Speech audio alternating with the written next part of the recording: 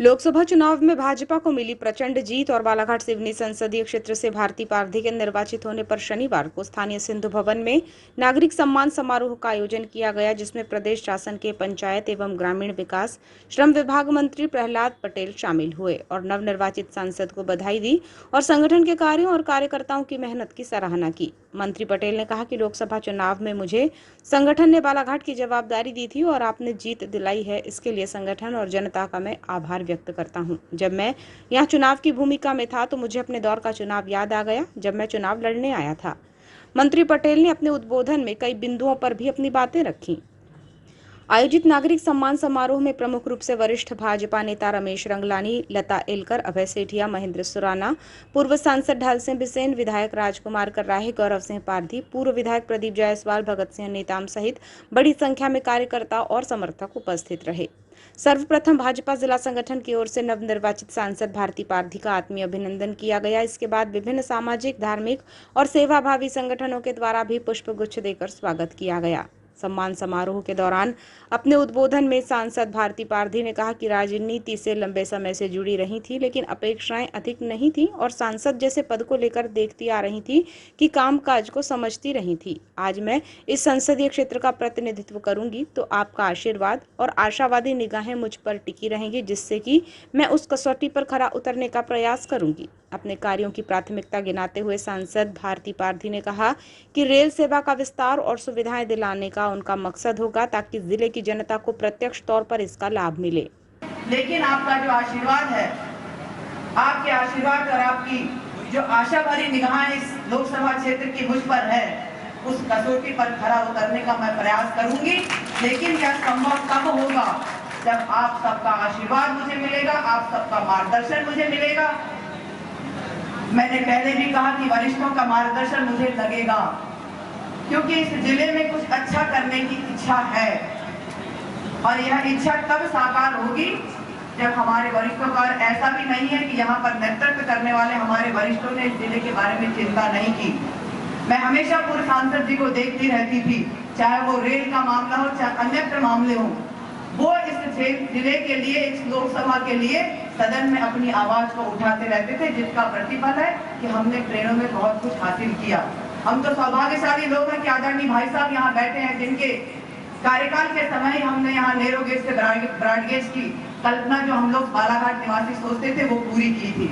लेकिन आपका आशीर्वाद यदि रहा तो मैं जो इस मंच के माध्यम से आश्वासन तो नहीं, लेकिन अपनी इच्छा शक्ति आपको बताना चाहती हूँ। और मेरा सबसे पहला जो कार्य रहेगा इस जिले में रेल के फेरे बनाने और के लिए, और जो हमारे यहाँ पर रहने वाले बच्चे जो विद्या अध्ययन करने के लिए बड़े बड़े सिटियों में जाते हैं और कनेक्टिविटी की प्रॉब्लम के लिए बहुत परेशानियों का हमको सामना करना पड़ता है, जिसका सबसे प्राथमिकता पर आप सबके सहयोग से हम।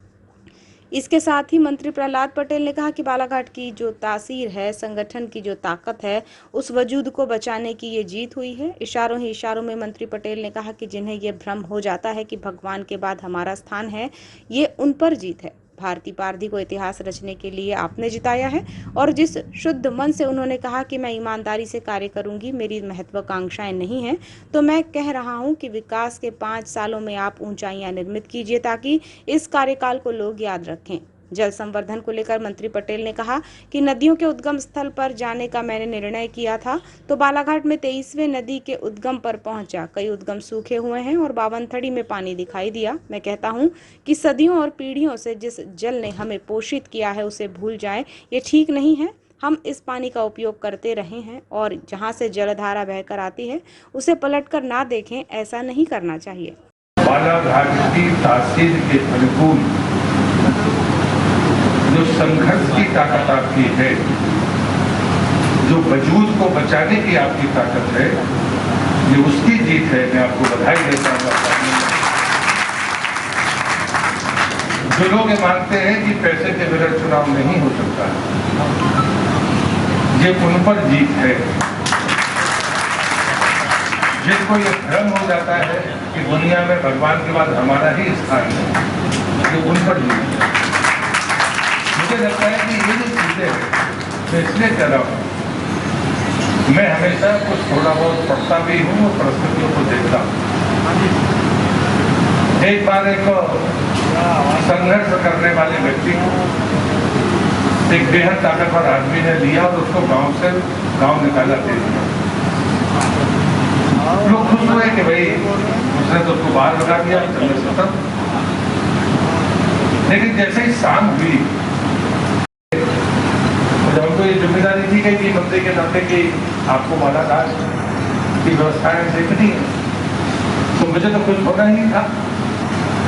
लेकिन मुझे वही समय याद आया कि जब हम खुद चुनाव लड़ने के लिए आए थे, तब भी परिस्थितियां इससे खराब थी, लेकिन वो जज्बे वाले लोग मेरे ख्याल से 90% वो यहाँ पर बैठे हुए थे। और मैं उनको बहुत करता हूँ और मैं तो यही कहूँगा कि ये आपका कर्तव्य है, आपकी ईमानदारी है, पार्टी के प्रति आपका समर्पण है कि आपने भारतीय भावी को इतिहास रचने के लिए बनाया।